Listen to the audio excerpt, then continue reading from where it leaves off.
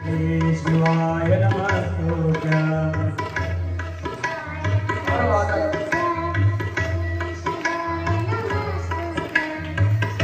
शिवाय नमस्तुभ्यं श्री शिवाय नमस्तुभ्यं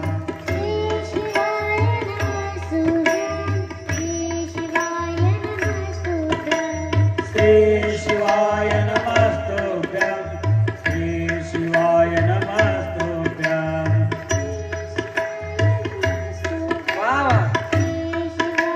ज्ञानेश्वर महाराज आपकी जय हो। श्री शिवाय नमस्तुभ्यं नमस्तुभ्यं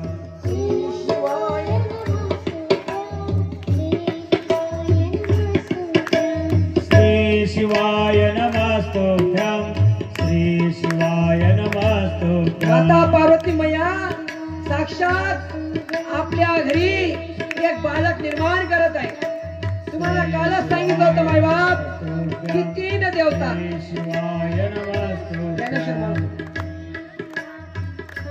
आणि खऱ्या अर्थानं एक बालक म्हणजे वीरभद्र भगवान। तो वीरभद्र भगवान फक्त आणि फक्त भोलेनाथालाच माहिती असतो। तो वीरभद्र भगवान कार्तिकी भगवान दोघांना माहिती आहे, माता पार्वतीला आणि भोलेनाथाला। आणि आता तिसरा मुलगा निर्माण होतोय आणि ते बालक निर्माण केलंय। या श्री शिवाय नमस्तुभ्यं श्री शिवाय नमस्तुभ्यं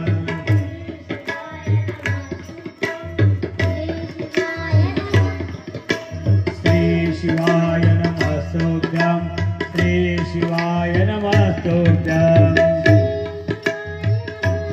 जय हो, ताली बजाओ जोर से। श्री शिवाय नमस्तुभ्यं श्री शिवाय नमस्तुभ्यं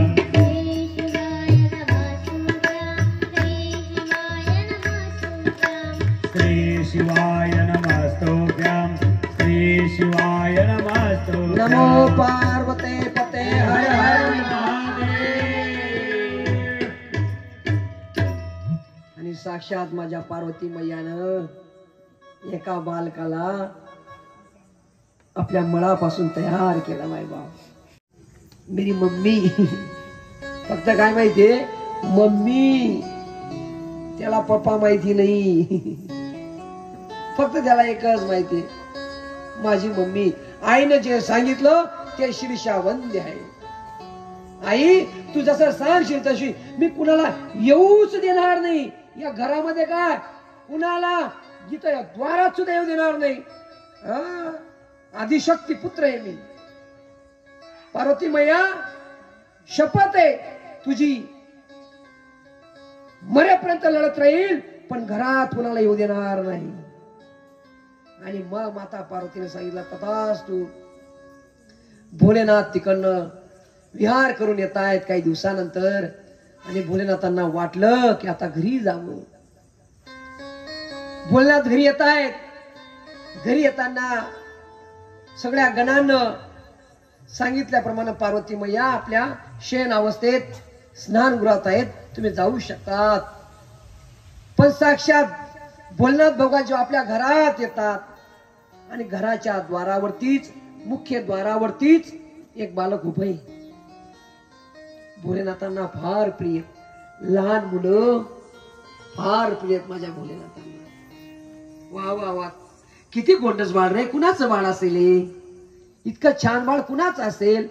माझ्या भोलेनाथाला कौतुक करावं त्या बाळाचं। बालकी म्हणायला लागलं बाप बाप असा साप आला बाबा, कोण शेवा कोण आहे असा? तो साप फणा मारायच्या त्या बालकावर। ते बालक म्हणे तू ऐक रे, तुला तर आत्ताच मारून टाकेल पण तुझा बाप तुझ्याच्या गळ्यात आहे, तो मला चांगलं म्हणतोय ना म्हणून तुला सोडतोय। बोलणार म्हणतात वा वा वा वा, काय गोंडस, काय डोळे तुझे, वा वा काय दिसायला छान आहे रे तू। कोण तू कोण? मी द्वारपाल। मी कोण? द्वारपाल। भोलेनाथाला वाटलं एखाद्या गणाच्या गैरहजेरीत द्वारपाल असेल बा आणि भोलेनाथ म्हणतात ठीक आहे सांभाळ द्वार, मी जातो घरी, घरात जातो घरात, हे माझंच घर आहे. भोलेनाथ घरात जायला लागले, द्वारपाल म्हणे खबरदार, टाच मारून जाल पुढे चितळ्या, उडवील राई राई एवढ्या. हा, अरे माझंच घर मलाच जाऊ देत नाही. तुझं घर आहे का ते पहिले, नंतर पहिले युद्ध कर. घरात मला कुणाला जायची अनुमती नाही. भोलेनाथ म्हणायला लागले माझंच घर आहे, मी जाईल.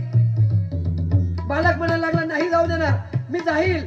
नाही जाऊ देणार, मी जाईल, मी नाही जाऊ देणार. आणि साक्षात भोलेनाथ दूर जातात आणि म्हणतात की आता घरात जायचं नाही. पण भोलेनाथाला मनामध्ये विचार आली, एका छोट्या बालकावर युद्ध का म्हणून करायचं. पण भोलेनाथाला हेही वाटलं कदाचित हा मायावी राक्षस असू शकतो, मायावी राक्षस असू शकतो आणि माझ्या पत्नीचा जीव घेतल्याशिवाय राहणार नाही. म्हणून भोलेनाथ एकदम रुद्र रूप धारण करून पुन्हा येत आहेत. या भोलेनाथ भगवान आणि त्या बालकाशी युद्ध तयार करायला तयार होत आहेत. ओम नमः शिवाय, ओम नमः शिवाय, हर हर भोले नमः शिवाय.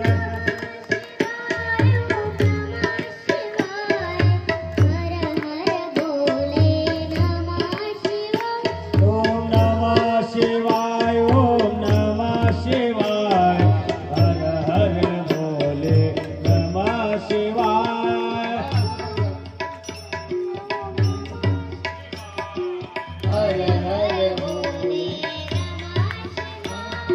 जटाधराय, ओम जटाधराय, हर हर भोले नमः शिवाय. भोलेनाथ म्हणतायत मला मध्ये जाऊ द्या, पण बालक म्हणतायत जायचं नाही. आणि साक्षात भोलेनाथ भगवान वर येतात. या हर हर भोले नमः दोघांचं घडवळ युद्ध चालू होतं मायबा. या बालक युद्ध करा, वरती या.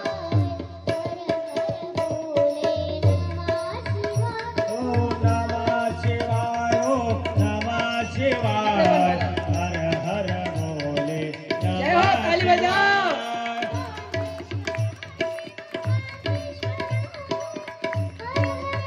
भोलेनाथाला राग येतो आणि भोलेनाथ भगवान त्या बालकाचा शिरच्छेद करतात आणि बालक जमिनीवर खाली पडतो. नमो पार्वते पते हर हर महादेव. हे सगळं बघितल्यावर माता पार्वतीला आवाज आला आणि सगळं बघितल्यावर माता पार्वती म्हणते कोणी केलं असं, कोण आहे माझ्या बालकाचा जीव घेणारा, कोण आहे माझ्या बालकाचा जीव घेणारा, कोण आहे माझ्या बालकाचा जीव घेणारा. तेव्हा साक्षात भोलेनाथ भगवान विराजमान होतात. अगं माझ्याकडनं झाली चूक, माझ्याकडनं झाली, मी मारलं त्याला. आणि तेव्हा माझी पार्वती मैया रुद्र रूप धारण करते, दुर्गा मैयाचे रूप धारण करते आणि सगळ्या विश्वामध्ये ब्रह्मांडामध्ये आकार होतो. आता कुणी वाचणार नाही, सगळे देवता येतात, त्राही माम त्राही माम त्राही माम. भोलेनाथ सुद्धा घाबरतात. अरे काय चूक झाली, कोण कोण, हा आपलाच मुलगा, यालाच मारलं तुम्ही, स्वतःच्या मुलाला मारलं तुम्ही. अरे तुमच्यासारखा पापी या जगात कुणी नाही मायबाप. जगाच्या इतिहासामध्ये बापाच्या हातून मुलाचा खून ही पहिलीच घटना असेल. म्हणून सगळे देवता येतात आणि देवता सांगतात देवा देवा देवा यांना जिवंत करा, हो यांना जिवंत करा. सगळे देवता प्रार्थना करतात. म्हणून साक्षात भोलेनाथ भगवान स्वतः शिकारीला जाऊन सैन्याला शिकारीला जाऊन पाठवतात आणि शिकारी करता करता सैन्याच्या हातात जेही कुणाचं शिर सापडेल ते घेऊन याची आज्ञा करतात.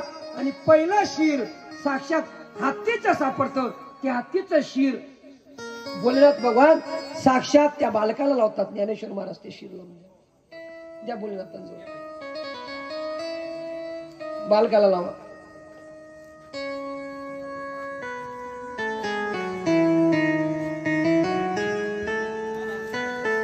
आणि भोलेनाथ भगवानने लावल्यामुळे गणपती बाप्पा नाव धारण केलं.